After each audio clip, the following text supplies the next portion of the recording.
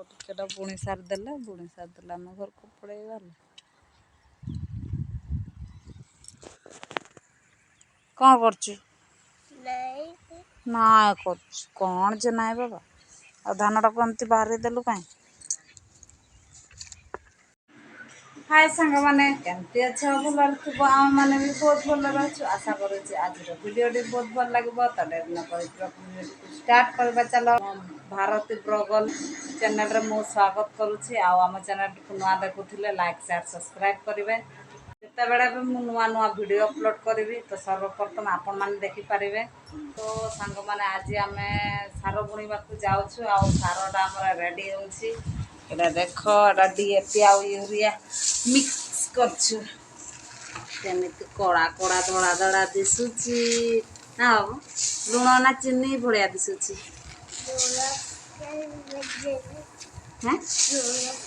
ଆଉ ବାବୁ କହୁଛି ଖାସାରୀ ସିଝା ଆଉ ଚିନି ମିକ୍ସିଂ କରୁଛନ୍ତି।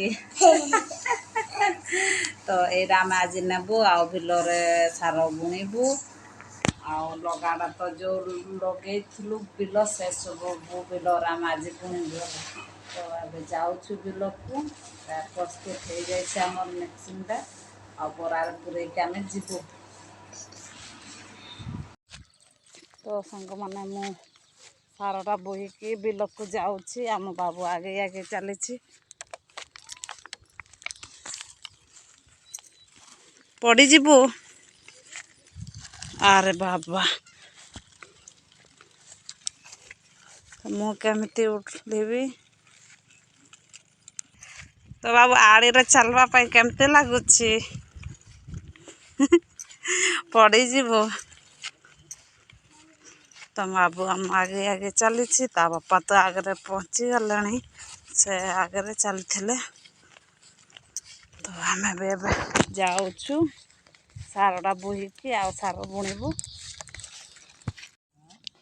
ସାଙ୍ଗମାନେ ଆମେ ବିଲକୁ ପହଞ୍ଚିଗଲୁ। ଆଉ ମୁଁ ବସିଛି। ଆଉ ଏପଟେ କୁଦାଡ଼ି ଧରିକି ସେ ପାଣି ଯେଉଁଠି ଯାଉଛି ସେଠି ସେ ଛେଙ୍କିଲେ। ଆଉ ଏବେ ସାର ବୁଣିବେ। ଅଣ୍ଟାରେ ଧରିଲେ ଗୋଟେ ଇଏଟାକୁ କ'ଣ କହନ୍ତି? କୁଲା ନାହିଁ। କେତେ ବଢ଼ିଆ ଶୁଭା ଯାଉଛି ନା?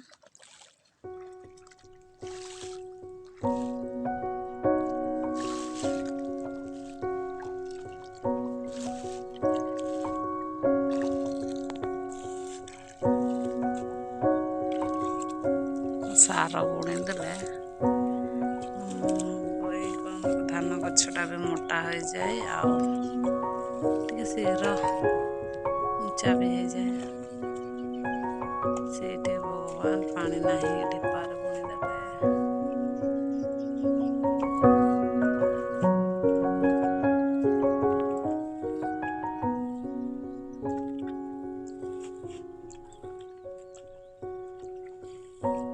ବିଲଟା ବୁଣି ସାରିଲା ଆଉ ପୁଣି ଉପର ବିଲକୁ ଯିବା ହେଲା। ବୁଣି ସାରିବାକୁ ଦେବା ତାକୁ।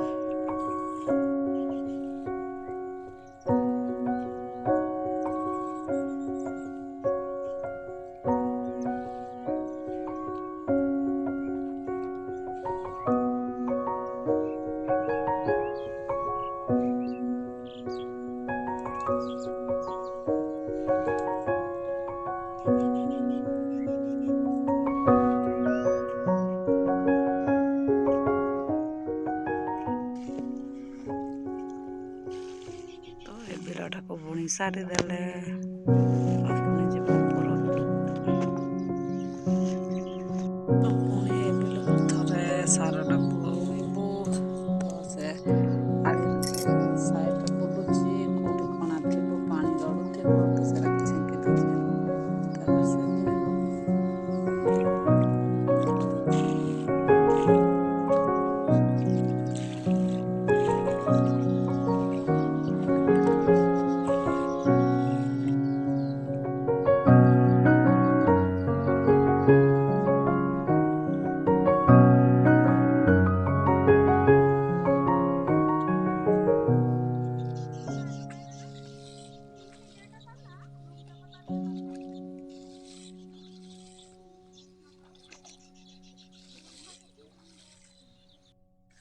ବିଲଟା ତ ବୁଣା ସରିଲା ଆଉ ବେଡ଼ାଟା ଥରେ ବୁଣିବୁ ତ ଯାଉଛୁ ଏବେ ପୁଣି ବେଡ଼ା ପାଖକୁ ଯାଉଛି।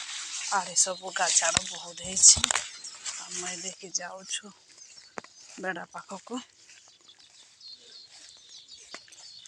ଏପଟେ ଟିକେ ସଫା ଅଛି ଆଡ଼େ ସବୁ ସେପଟେ ଆମର ଗାଜାଡ଼ ଅଛି ସଫା ହେଇନଥିଲା ତ ତା ବାପା ଦେଖ ଏଇଟା ଚାଲ ଚାଲ ତ ଛାଡ଼ି ପଡ଼େଇଛି ଦେଖ ମାନେ ଆଉ ଗୋଟେ ବେଡ଼ାକୁ ଆମେ ଏବେ ସାର ବୁଣିବ ତା ବାପା ତ ମୁଁ ତାଙ୍କ ପଛେ ପଛରେ ଯାଉଛି।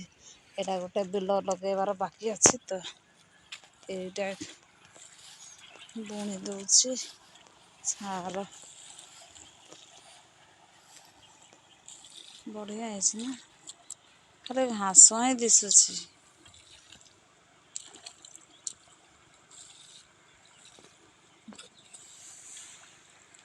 କେତେ ଖାଲି ଗାଜର ହେଇଛି ଏଇ ଝାଡ଼ୁ ଏଇ ଇଏରେ ଘାସରେ ଗୋଟେ ବାଢୁଣି ତିଆରି ହୁଏ ଝାଡ଼ୁ ବହୁତ ବଢ଼ିଆ ହୁଏ। ଏଇଟା କୁହନ୍ତି କ'ଣ ଗୋଟେ ଯେ ଆମ ଭାଷାରେ ତ ଚିରୁ ଝାଡ଼ୁ କୁହନ୍ତି ହେଲା।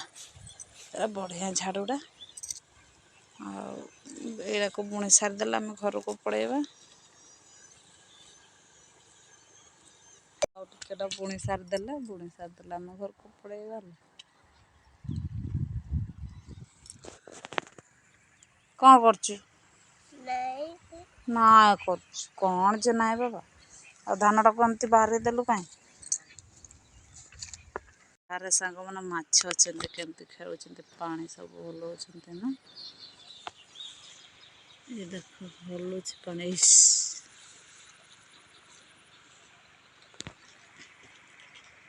ମୁଁ ଏବେ ଆସିଲେ ଦେଖିଥିଲି ଏଇ ଦେଖ ମାଛ କେମିତି ନାଚ ଏଇଠି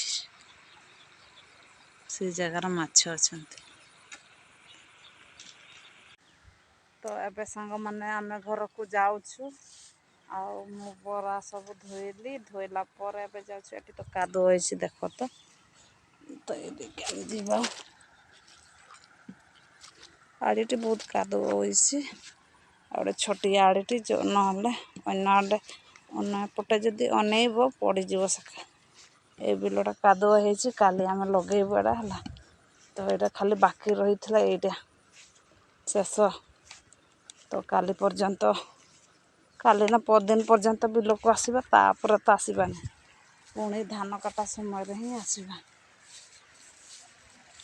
ତ ଠିକ୍ ଅଛି ସାଙ୍ଗମାନେ ଆଗେ ଘରକୁ ଯିବା ଯାଇକି ଟିକେ ଗାଧେଇ ଦେବା ବହୁତ ଗରମ ଲାଗୁଛି ଏବେ ସାର ବୁଣିବା ସମୟରେ ବହୁତ ଗରମ ବି ଲାଗୁଛି ତ ଯାଉଛୁ ଘରକୁ ସାଙ୍ଗମାନେ। ଆମ ବାବୁ କେମିତି ଗୀତ ଗାଇ ଯାଉଛି ପଡ଼ିଯିବୁ ଏଇ ଗାଇକି ଟିକେ ଶୁଣା ଗୀତ ଗାଇକି ଶୁଣା ଗୀତ ଗା ଟିକେ ଭଲସେ ଏତେ ଦୂର ଶୁଭା ଯାଉନି।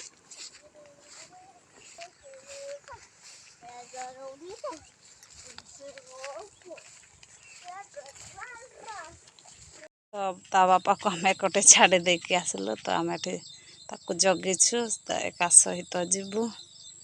କେତେ ସୁନ୍ଦର ଦିଶୁଛି ନା ଚାଷୀ ପୁଅ ଚାଷୀ ହିଁ ଦିଶିବ।